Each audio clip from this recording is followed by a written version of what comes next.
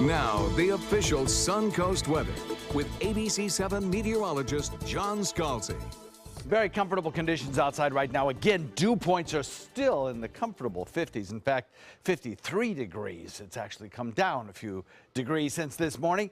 And when dew points are in the 50s, I mean, it just feels great. Even if it's hot, it's, you know, what do they say? It's not the heat, it's the humidity. And so long as the dew point's in the 50s, the humidity is low enough that it feels comfortable, even when you're in the mid 80s.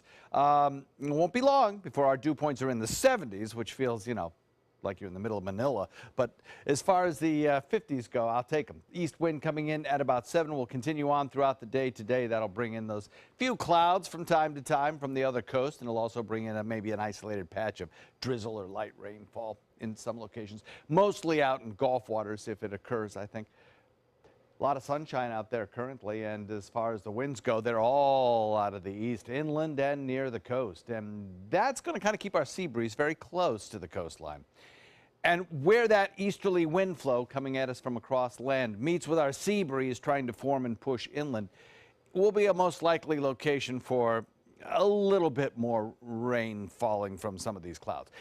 Even if we do get any, we're talking about very, very little amounts, more like a drizzle or a sprinkle than any kind of appreciable rain. So it's not going to add much to the rainfall totals. And as I mentioned, because those winds are blowing out of the east fairly significantly, it'll be pretty close to the coast, if not out in coastal waters. So that's unfortunate because we do need the rainfall around here.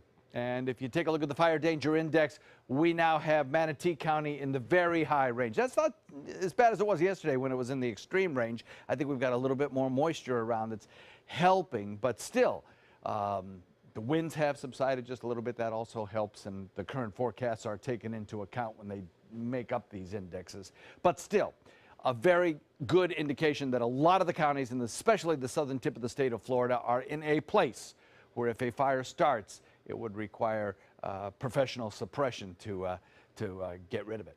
A little bit of cloud cover. You can see that kind of moving in from the other coastline. Again, this is very thin cloud, very thin layered cloud. It doesn't have a lot of loft. It's not going to produce a lot of rainfall. You can see the scattered showers trying to make it across, and then they just kind of fizzle out. And the reason is the atmosphere aloft is not allowing these showers to sustain themselves once they are removed from that Atlantic moisture supply. Now, if you want rainfall, you got to go back to the west. There are big storms brewing in parts of Texas, and in fact, that line of storms takes it all the way up into down east Maine, where there could be some stronger storms brewing a little bit later today. If you're traveling to the Dallas, Fort Worth, or Houston airports, could be some airport delays because of weather. But our airport hubs of Atlanta and the Carolinas look fine. No issues there. So a day that's really going to be a lot like it was yesterday. A lot of sunshine, some fair weather clouds, maybe a sprinkle in some locations. Tomorrow, slightly better chance of rain. I think the high pressure ridge that's bringing us this fair weather may not be quite as strong, so we'll add a little bit of a better rain chance. And then again on Saturday. But otherwise, warm temperatures right straight through the period, above average, in fact, and lots of sunshine out there, Ray.